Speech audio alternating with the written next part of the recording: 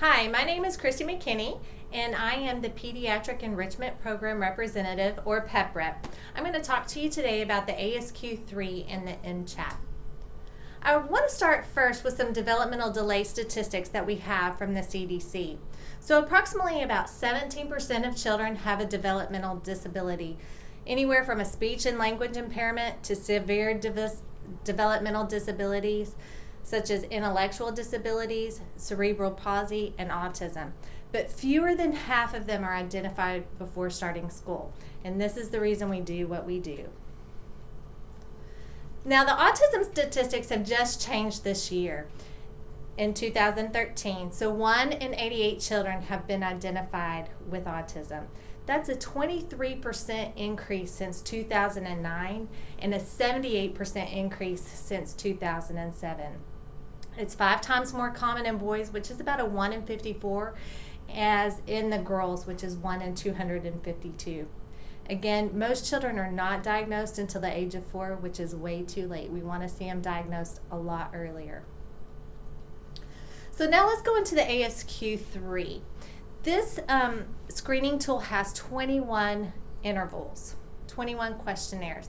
In the first couple of years of development, things are happening very rapidly. So we see most of the intervals within that 2-year range. Then we go to a 3-month range at about 2.5 to 3, and then 42 to 60 months, they're spaced 6 months apart. In the ASQ-3, there's 5 areas that we're looking at. We look at communication, problem solving, personal social, fine and gross motor. And within those different developmental domains, we have 6 questions, and they appear in a hierarchical order. So the easiest question first, the hardest question last. Now, questions 5 and 6 are about average skills for children of that age interval. And it's written at a 4th to 5th grade reading level to help with parents who may not be super well educated. The next section that we have in there is also an overall section. Now, this section isn't scored, but it allows us to look at a child's language development and the behavioral and articulation concerns. But it looks more at the quality of the skills. So, for example, does your baby use both hands equally well? And we have to remember that when a parent has a concern, that those are very, very predicative, and they require a follow-up or more questions being asked of them. So this is what the sample overall section looks like. Here's 3 questions. And as you can see, does either parent have family history of childhood deafness or hearing impairment? If yes, explain. And as you can see, this child, this is our Andrew, which we will look over further as we go along. He's also had a lot of ear infections, and he may have allergies. The next sheet is the summary sheet. Now, a summary sheet is very unique to each interval, and it has 5 sections. The first is the family and child information, as you can see right at the top. Then we have the bar graphs with the cutoffs. And this is kind of where we're going to look at that score. Further down the summary sheet, we have the overall responses. So we actually transfer that information over to the summary sheet of all those things that the parents have had concerns about, so that we can have all the information on one sheet right at the end. We also have the follow-up action taken, and then number 5 is an optional section where you can use and actually transfer each individual response that a parent fills out. That way you don't have to keep the whole entire ASQ. You can actually scan this one form in to your electronic medical records or keep it in your file and just use it to refer to your ASQ. So let's look at Andrew. Let's kind of go through and see what it would look like to do a whole ASQ-3. The first thing we want to do is we want to sit down and we want to explain the purpose of the screening and review the questionnaire content. It's very, very important to select the correct ASQ-3 interval. And then you want to provide the parents with enough time to complete it and instruct them that they may need to come a few minutes early just to have that time. So some suggested communication is saying, hey, this is a tool that we routinely use to check a child's development. Remember, the first 5 years of a child's life is a time when they gain many skills. It's important for us to be sure that the child's development is proceeding without any problems. And we just want to help you follow your child's development. So now let's look at Andrew's cover page. We can see at the top it gives us our 16-month questionnaire. And if you notice right up at the top, it also says 15 months, 0 days through 16 months, 30 days, right above that 16-month questionnaire. So that's going to be very important that we have that date range. So we can see that this was completed on August 9th of 2010 and that Andrew's birthday was on February 25th, 2009. The question next to it, I don't know if you can read it correctly or very well on the slide, but it does ask if the child was 3 or more weeks premature, and if so, how many weeks. So Andrew was 6 weeks premature. So now what we want to find out is what Andrew's actual age is at the administration in months and days.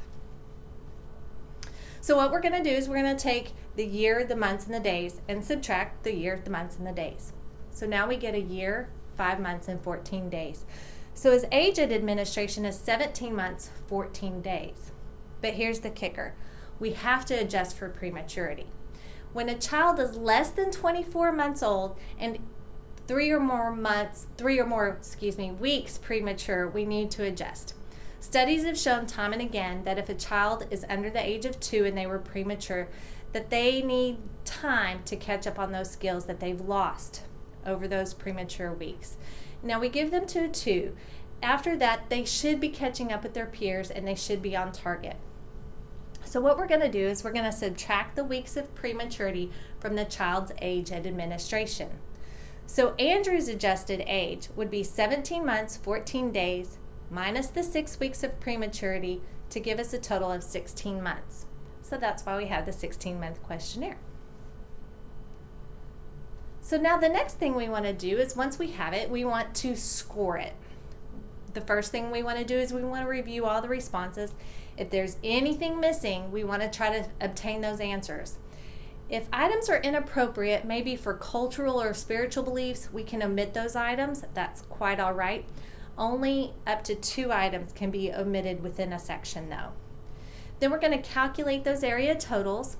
If an answer is yes, we're going to give them 10 points. Sometimes we'll give 5 and not yet 0. Now, if any items are omitted, we're going to collect and calculate the new area total, and I'll show you that in just a minute. The next thing we want to do too is review those overall responses and ask further questions and clarification and make notes if we need to. Then we're going to transfer all the information from the scored ASQ to the information summary sheet. So let's see what it looks like to score. So as you can see in this communication here, we have a yes for 10, sometimes 5, yes 10, and not yet 0. So in Andrew's communication area, he received 30 points. Now what about an omitted item? We want to create a new total score so that the child is not penalized. And you can also see your quick reference guide, quick start guide, or the quick references in the resource book. So let's look at this omitted item.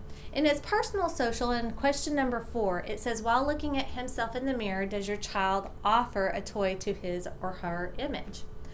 Well, in Andrew's culture, children don't play with mirrors because it might steal their soul. So we're going to omit that item. So we look at his preliminary total, which is 45 points. Then we're going to divide that by the amount of items answered, which was 5, which gives us 9. So 45 divided by 5 equals 9.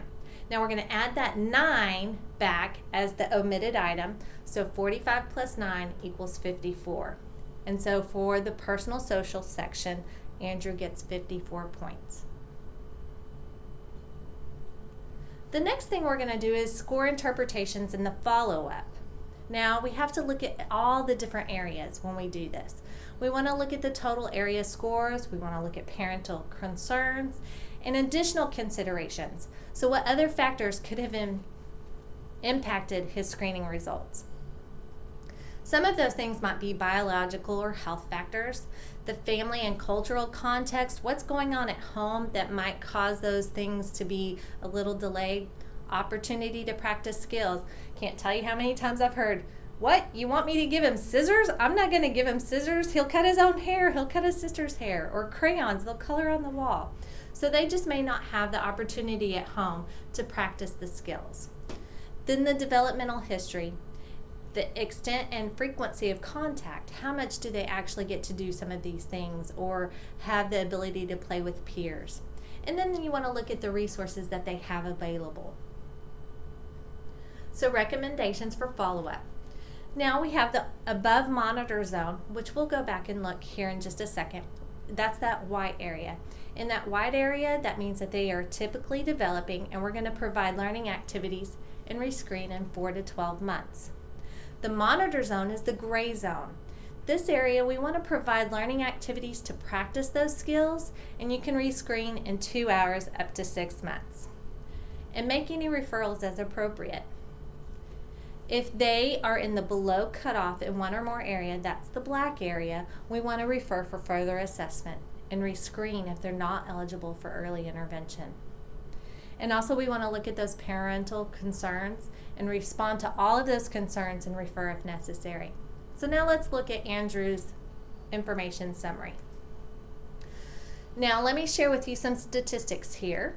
In the white area, the above the monitor zone, that child, these fall within 75% of children. Okay. The gray area is 1 standard deviation below that. And in the cutoff zone, the below cutoff, in the black zone, that's 2 standard deviations off of the typical child. So that's why that area is so particularly important to go ahead and refer. So in Andrew's, as we can see here, he's in the monitor zone for communication, fine motor, and problem solving. When we look at his overall responses, we see that sometimes he ignores his parents, he doesn't say many words, his grandmother uses a hearing aid, and he has had a lot of ear infections, and he may have allergies. So we have to look at that. Hearing and communication go together. Maybe he needs a hearing evaluation to make sure that his ears are functioning properly so he can hear to learn to communicate. So then the next part of the information summary is our follow-up. What are we going to do? We're going to provide those learning activities and rescreen. We're going to share the results with the primary health care provider, which you are, and then we're going to refer for a hearing evaluation. And it might also be very important to point out, with the 2 areas also in the gray zone, that could mean that he does need to be referred for further evaluation. That's something that you and the parent have to discuss and make that decision appropriately. Now, when you're communicating the screening results with parents and families, you want to make sure that they know that the conversation is confidential. Review the purpose of the screening just to go through their growth and development. Avoid terms like test, pass, fail, below, above, cutoff, or monitoring zone. Review the tool and explain the scores. Always emphasize the child and the family strengths. He's doing great in that gross motor section. Provide specific examples of concern. You know, communication goes along with hearing. Let's have him evaluated for hearing and see if that doesn't help his communication. Also, do these activities here. They will really help you know how to help Andrew to do better. And invite the family to share any observations and concerns that they may have. Now let's move into the MCHAT, which is the modified checklist for autism in toddlers. This is designed to detect the core features of autism anywhere from 16 to 30 months old. That's the area that it's been tested in. The American Academy of Pediatric recommends to perform it at the 18 and 24 month checkup. It's a 23 yes/no questionnaire, and it takes less than 10 minutes to complete, and it's scored in less than 2. Does it get any easier than that? And this is what a sample 1 looks like. So PEP recommendations, we follow the AAP guidelines to administer it at 18 and 24 months anytime that there is a parental concern. Remember, parents' concerns are always very predicative of a problem. So go with that. And you can administer this as early as 16 months. And also look for those red flags. So if they have the deficits in joint attention, the emotion sharing, and social referencing, definitely administer it. Now, this is some new data just as of this year. So with the MCHAT, you want to use an overlay, which I'll show you a sample of it on the next slide. If the child fails 3 to 6 items, they screen positive for the MCHAT and they need to go to the follow-up interview and be referred. Now, if they fail 7 to 23 items, you can bypass the follow-up interview altogether and send them for a clinical evaluation and early intervention. Now, if they are less than 24 months, you always want to make sure, even if they pass it, to re-administer the MCHAT at 24 months. For any score, continue with the developmental surveillance and refer if a child shows concerns. So this is a slide that shows you what the MCHAT scoring template is. You literally just lay it right on top of the MCHAT. It's an overhead clear sheet of paper that you just put right on top, and it shows you what answers should be there. And the guidelines are on the bottom so you can remember the pass-fail. Now also, a child can fail if they fail 2 or more of the critical items. Those critical items are joint attention, emotion sharing, and social referencing. So number 2, does your child take an interest in other children? Does your child use his or her index finger to point to indicate interest in something? Number 9, does your child ever bring objects to you to show a parent? Does your child imitate you? Do they respond to his or her name when you call? And if you point at a toy across the room, does your child look at it? The follow-up interview can be found here at this website by Diana Robbins. She's the creator of the MCHAT. Very easy, 26 pages of follow-up interview.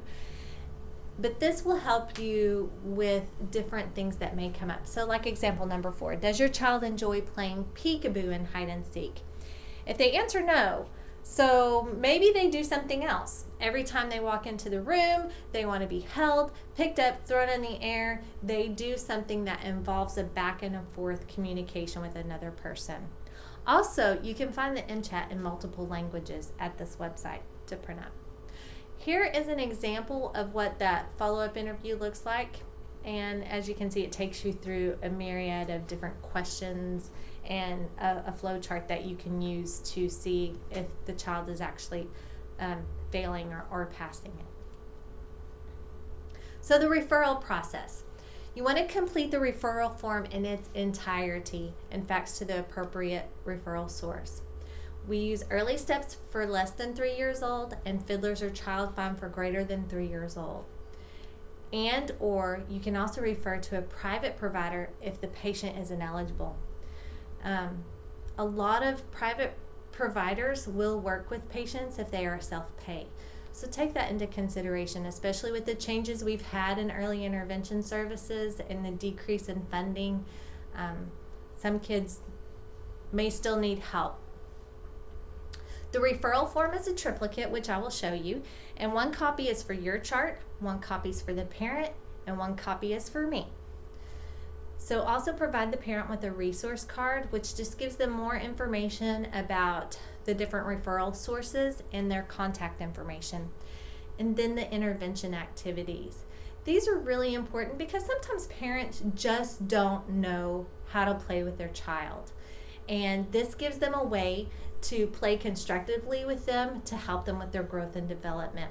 We provide several different ones. Some are very comprehensive and focus on the developmental domains. And the one in the back of your ASQ guide is 1 page for a developmental area of about 3 months, and you can send that home. It doesn't break it down into the developmental domains, but it gives them lots of activities that they can do with their kiddo. So here's what the referral form looks like. So the things you need to make sure and fill out is the referring physician with your signature. It's just like a prescription. You need to make sure and have that. A point of contact, make sure you check whether you're sending it to Early Steps, Fiddlers, for Manatee or Sarasota, and Family Network on Disabilities. Notice we do provide the fax and phone number for each one of those for you. Now, Family Network on Disability, some things that we provide is that we do provide respite care for families.